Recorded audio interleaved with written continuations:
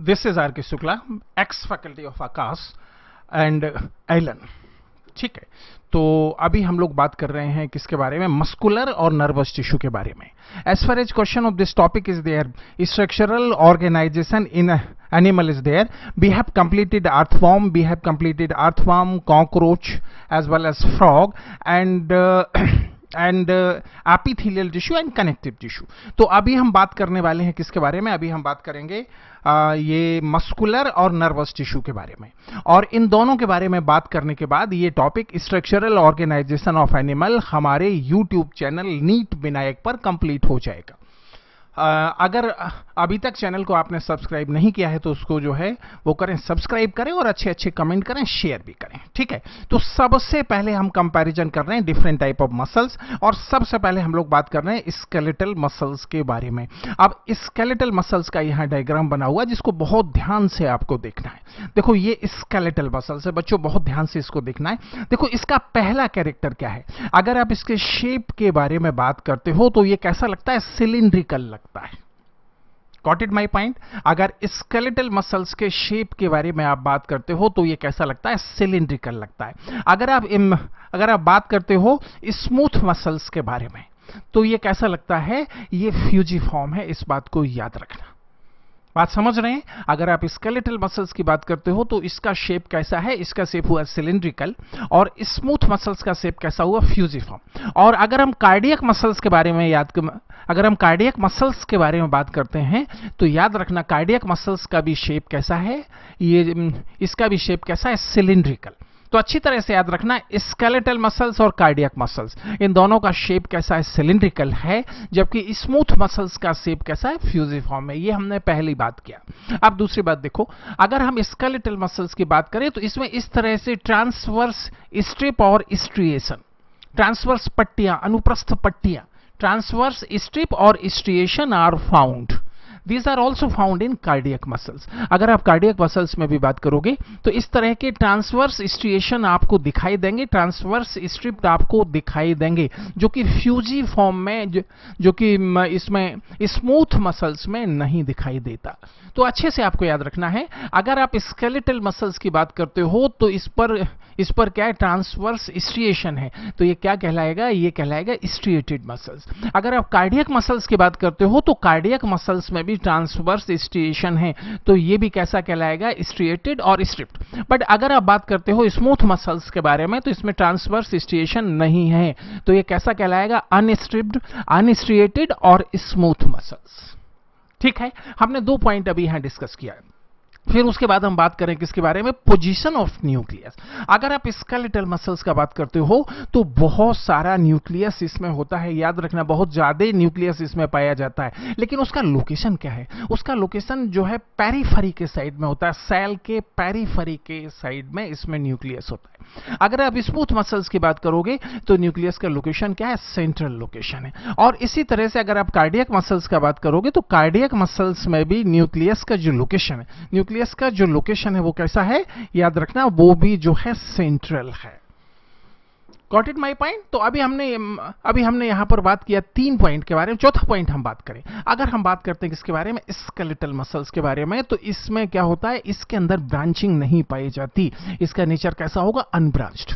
अगर आप smooth muscles की बात करते हो तो ये भी कैसा होगा? अनब्रांच्ड। बट अगर आप कार्डियक मसल्स की बात करते हो तो ये साफ साफ यहां दिखाई दे रहा है, branching are found in cardiac muscles.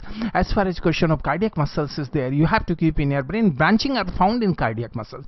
Cardiac muscles में ब्रांचिंग पाया जाता है। इस बात को अच्छी तरह से दिमाग में सेट करके रखना। Branching is found in cardiac muscles. Got it my point? उसके बाद हम बात करते हैं, तो उसके बाद अगला कैरेक्टर हम बात करते हैं। देखो कुछ एक और कैरेक्टर है। अगर आप बात करते हो स्केलेटल मसल्स के बाद, अगर स्केलेटल मसल्स का लगातार इस्तेमाल होगा तो ये क्या होगा? फटीग हो जाएगा, टायर्डनेस या थकावट इसमें होगा, और एक समय के बाद ये काम नहीं कर पाएगा। अगर आप स्मूथ मसल्स के बारे में बात करते हो या कार्डियक मसल्स के बारे में बात करते हो तो आपको अच्छे से याद रखना है, ये दोनों कैसा है? फटीग क्लास और resistant to fatigue. None of any kind of fatigue is found in smooth muscles as well as cardiac muscles. अगर आप स्मूथ मसल्स का बात करते हो या कार्डियक मसल्स का बात करते हो तो इन दोनों को थकावट नहीं होता। आप चाहो तो ऐसे भी कर सकते हो कि कार्डियक मसल्स को एक ही बार थकावट होता है। कब होता है? जब लास्ट टाइम आ जाता है। ठीक है, अब अगर मैं बात करूं इसके बारे में स्केलेटल मसल्स का जो है, अगर मैं नेचर का बात करूं तो ये कैसा मसल्स है? वॉलंटरी मसल्स है, मतलब आपकी इच्छा के अनुसार ये काम करता है। That's why this is called as voluntary. अगर मैं बात करता हूं स्मूथ मसल्स के बारे में या कार्डियक मसल्स के बारे में, both of them are involuntary muscles. ये कैसा मसल्स है? इनवॉलंटरी मसल्स है। जरा कल्पना करके देखिए, अगर कार्डियक मसल्स वॉलंटरी मसल्स होता तो बहुत सारी डिसीज, हार्ट और जो है बीपी और टैकीकार्डिया, इनको कंट्रोल करना बहुत आसान हो जाता। लेकिन बनाने वाले ने ऐसा बनाया नहीं है। ठीक है, तो याद रखना केवल स्केलेटल मसल्स है जो कैसा मसल्स है? वॉलंटरी मसल्स है। अगर आप स्मूथ मसल्स की बात करते हो या कार्डियक मसल्स की बात करते हो तो ये आपके बिल के अकॉर्डिंग टू योर विल, आपकी जो इच्छा है, आपकी इच्छा के हिसाब से ये काम नहीं करता। That's why this are called as involuntary muscles. अब थोड़ा सा हम बात करें आखिर ये मसल्स पाई कहां जाती है। अगर आप स्केलेटल मसल्स की बात करते हो तो स्केलेटल मसल्स कहां पाई जाती है? जो आपका स्केलेटल कंटेंट है, जो आपकी बॉडी का बोन है, उनके साथ अटैच पाया जाता है। टेंडन क्या करता है? मसल्स को बोन के साथ में अटैच कर देता है। ठीक है, तो ये कहां पाया जाता है? स्केलेटल मसल्स कहां पाया जाता है? Associated to skeletal content. अगर आप स्मूथ मसल्स की बात करते हो तो आपकी बॉडी में जितना बिसरा है, बिसरा हम किसे कहते हैं? All body organ minus heart, lung and brain is called as viscera. Heart, lung and brain are called as vital organ. तो अगर हम वाइटल ऑर्गन को छोड़ दें तो जितना भी बिसरल ऑर्गन है उसकी बॉल में जो मसल्स पाया जाता है smooth muscles, like alimentary canal. सबसे अच्छा एग्जांपल क्या हुआ? Alimentary canal. और दूसरे भी जो बॉडी ऑर्गन है उन सब में क्या पाया जाता है? उन सब में जो है स्मूथ मसल्स पाया जाता है। अब एक बात याद रखना, अगर आप हार्ट की बात करते हो तो हार्ट में क्या होता है? कार्डियक मसल्स होता है। बट हार्ट के अंदर, वेंट्रिकल के अंदर एक मसल्स है पैपिलरी मसल्स। पैपिलरी मसल्स कौन सा है? स्मूथ मसल्स है। तो याद रखना हार्ट के अंदर भी one type of smooth muscles is found which is called as papillary muscles. फिर हम कार्डियक मसल्स के बारे में बात करें। Cardiac muscles are found in heart as well as it is also found in some large artery. याद रखना जो एओर्टा है, कैरोटिकोसिस्टेमिक एओर्टा, उसके इनिशियल पार्ट में कार्डियक मसल्स पाया जाता है। Got it my point? अच्छा, एक बात और याद रखना, कार्डियक मसल्स में सेल के बीच में जंक्शन पाए जाते हैं, सेल के बीच में जंक्शन पाए जाते हैं। And somewhere such kind of structure are there which are called as intercalary disc. ठीक है, तो हमने ये कंपैरिजन कर लिया। किसका कंपैरिजन कर लिया? यहां हमने कंपैरिजन कर लिया स्केलेटल मसल्स, कार्डियक मसल्स और विसरल मसल्स। इसका एक चार्ट मैंने यहां बनाया। अगर आप नेचर की बात करते हो तो स्केलेटल मसल्स कैसा? स्ट्रिएटेड है, स्ट्रिप्ड है और वॉलंटरी है। कार्डियक मसल्स कैसा? स्ट्रिएटेड और स्ट्रिप्ड है और उसके अलावा इनवॉलंटरी है। और विसरल मसल्स कैसा? अनस्ट्रिप्ड और अनस्ट्रिएटेड और स्मूथ और इनवॉलंटरी मसल्स। अगर आप फटीग का बात करते हो तो स्केलेटल मसल्स कैसा है? फटीग्ड है, थकने वाला है। और बाकी दोनों कैसा है? नॉन फटीग्ड है, मतलब इसको थकावट कभी नहीं होती। अगर आप ब्रांचिंग की बात करते हो तो केवल कार्डियक मसल्स में ब्रांचिंग होती है, बाकी दोनों कैसा है? अनब्रांच। अगर आप शेप का बात करते हो तो स्केलेटल मसल्स कैसा होता है? सिलिंड्रिकल होता है। कार्डियक मसल्स भी सिलिंड्रिकल है। और विसरल मसल्स कैसा है? फ्यूजिफॉर्म। और अगर आप बात करते हो अकरेंस का तो एसोसिएटेड टू बोन, और ये कहां पाया जाता है? Heart and some major blood vessels. और जो है visceral muscles wall of body organ viscera. ठीक है, इतनी बातें हमें यहाँ इसके बारे में बात करना था। ये कुछ एक और बातें हैं जो एनसीईआरटी में है, एक बार इनको भी पढ़ लेंगे। Cardiac muscles tissue is contractile tissue present only in the heart. NCERT ने लिखा है केवल हार्ट, लेकिन जितना रेफरेंस बुक है वो ये कहता है कि heart as well as some major blood vessels. उसके बाद cell junction fuse the plasma membrane of cardiac muscle fibre and make them stick together. Communication junction intercalated disc at some fusion point allow the cell of cardiac muscles contract as a unit. When one cell receive a signal to contract, its neighbors also stimulated to contract. अगर एक cell को stimulation मिलता है तो चूंकि इसकी plasma membrane में connection है, जैसा अभी हमने बात किया, तो दूसरे सेल में भी कॉन्ट्रैक्शन हो जाएगा। अभी हम बात करेंगे किसके बारे में? नर्वस टिश्यू के बारे में।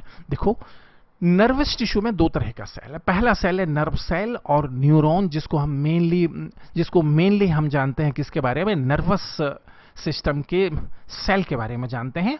और ये जो है ये इसका नर्वस सिस्टम का 50% से कम हिस्सा बनाता है, लेस देन 50%। सेकंड टाइप का सेल कौन सा है, न्यूरोग्लियल सेल है। ये बेसिकली नर्वस सिस्टम का पैकिंग सेल है, नर्वस सिस्टम का दूसरा काम करने वाला सेल है। कैसा सेल है, नॉन कंडक्शनल सेल है। मतलब जैसे कि न्यूरॉन मैसेज को पास करता है, ये मैसेज को पास नहीं कर सकता, और ये मोर देन 50% पार्ट बनाता है। और क्या करता है, सपोर्ट न्यूरॉन। तो याद रखना, nervous tissue is categorised into two category, nerve cell और न्यूरॉन, और दूसरा क्या हो जाएगा, न्यूरोग्लियल सेल। इन दो में हम इसे कैटेगराइज करते हैं।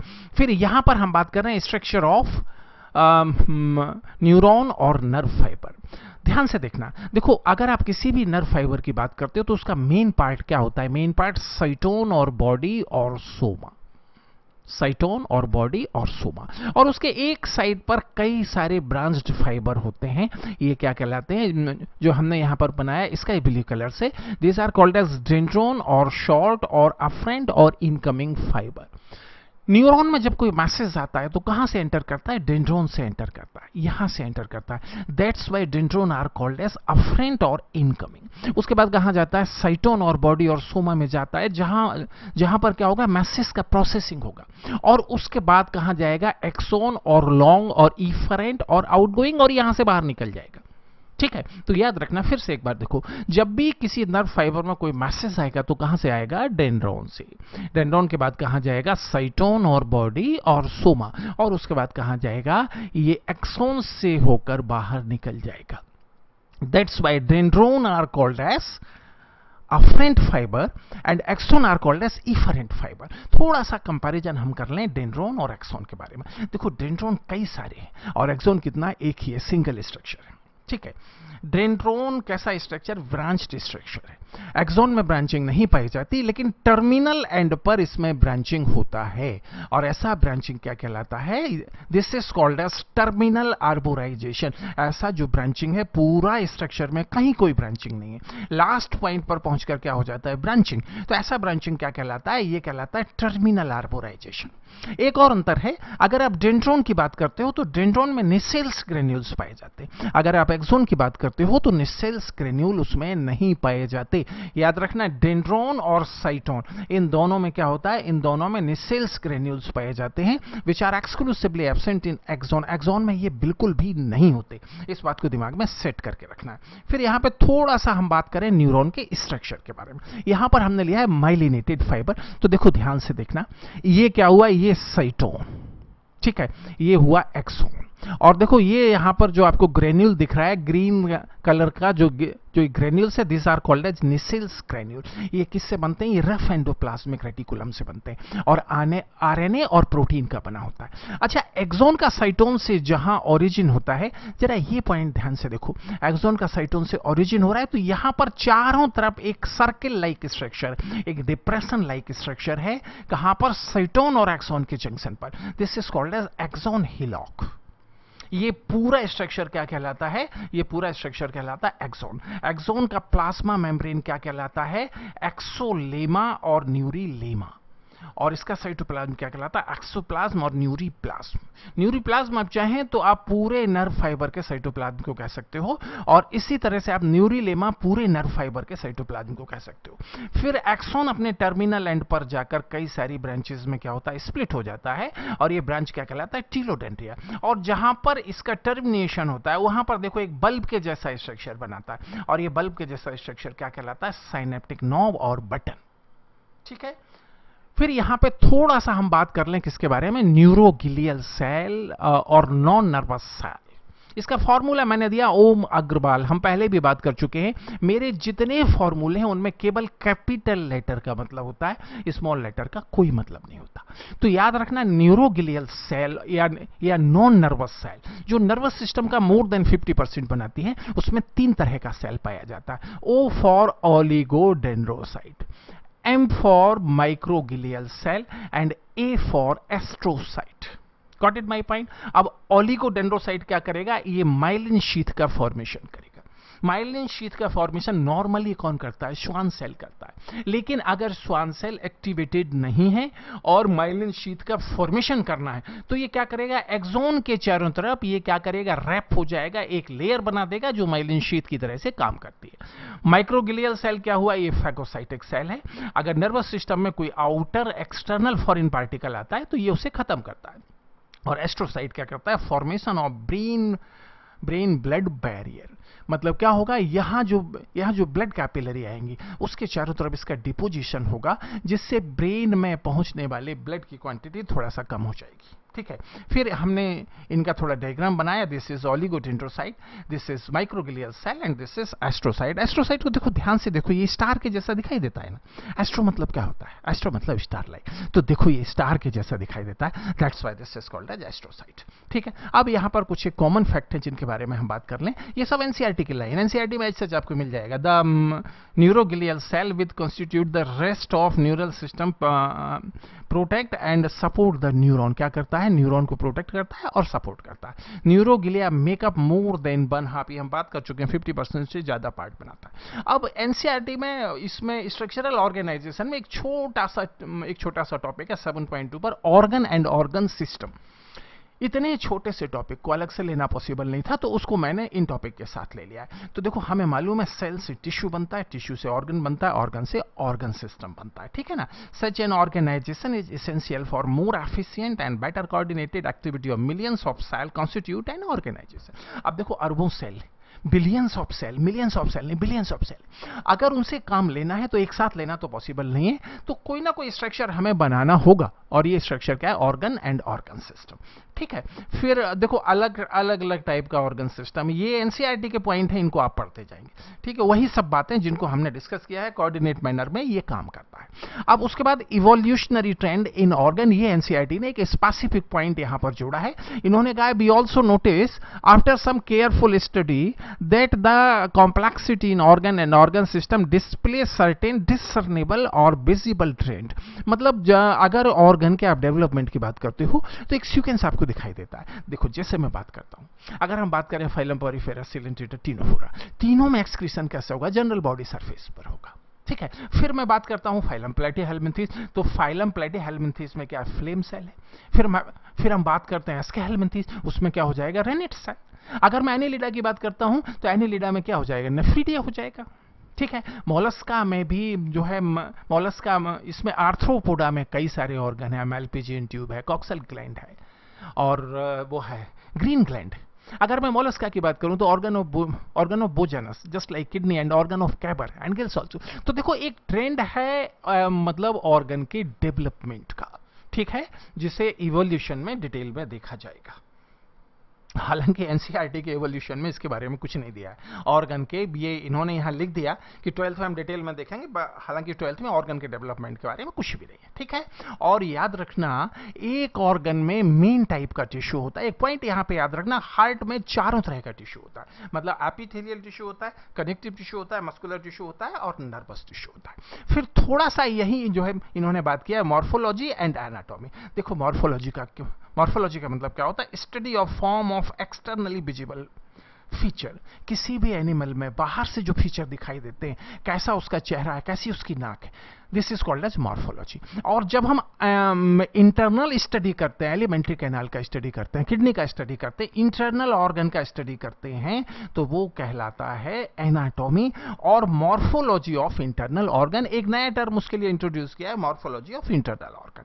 ठीक है, तो ये मॉर्फोलॉजी और एनाटॉमी का डेफिनेशन है अभी हम जिसको डिस्कस करके आ रहे हैं, ये एनसीईआरटी में दिया हुआ है। तो इतनी बातें कुल मिलाकर इस टॉपिक में हमें पढ़ना था, तो हमारा टिश्यू यहां पर कंप्लीट हो चुका है। ठीक है, आपके एग्जामिनेशन तक हर दिन एक लेक्चर में डालने वाला हूं। अभी तक जिन बच्चों ने सब्सक्राइब इसको नहीं किया है, वो सब्सक्राइब करेंगे, शेयर करेंगे और अच्छे अच्छे कमेंट लिखेंगे। Okay, all the best.